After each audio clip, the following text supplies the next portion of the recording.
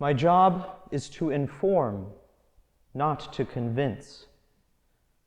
This quote by Saint Bernadette of Subiru, I think, summarizes excellently our preaching, in that all that we can do is to inform. All that we can do is to plant a seed, but it is ultimately God that allows it to grow. Now, St. Paul, in his letter to Timothy, offers us 3 gifts from the Holy Spirit, 3 aspects that we should stir into flame. Those are power, love, and self-control. And these are gifts that should be stirred into flame in our daily interactions, especially in our preaching. First, power. The Greek for power is dunamos. This is where we get the word dynamic or dynamism.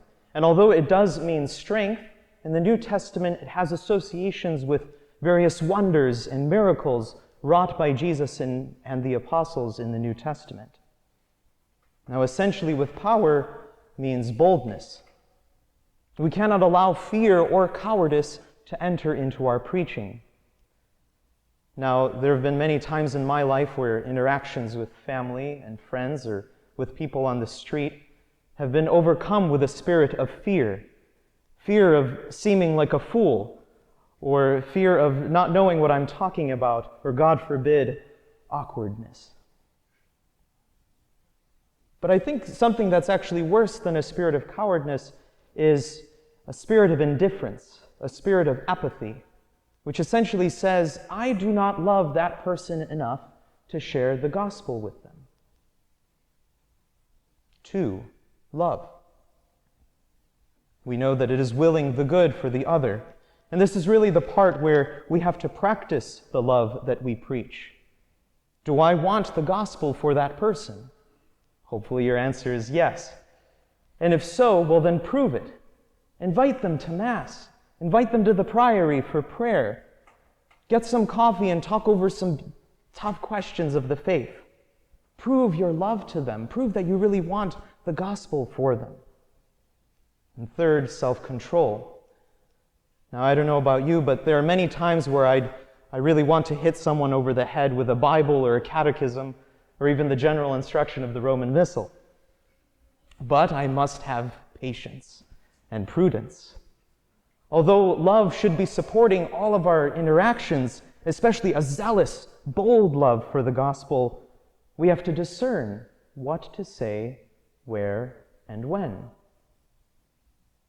Now, all these gifts have to work together. We have to inform with love. We have to inform with self-control. We have to inform with power. And depending on the situation, the Holy Spirit surprises us, where we go into an interaction with a certain amount of disguised fear. We call it self-control, but it's really a fear of really presenting the gospel. And the Holy Spirit surprises us with a sudden bout of power, a sudden bout of boldness that we probably wouldn't have taken without the Holy Spirit's help. And this power is the power to be able to work wonders if we but have the faith the size of a mustard seed. Now, brothers and sisters, this is a daunting task, but we are not alone. We have the Holy Spirit who dwells within us. By virtue of the imposition of hands at our confirmation, we know that the Holy Spirit is within each of us.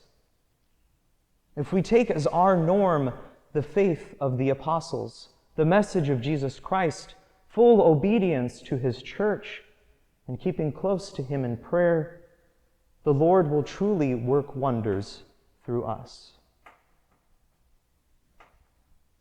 Yeah.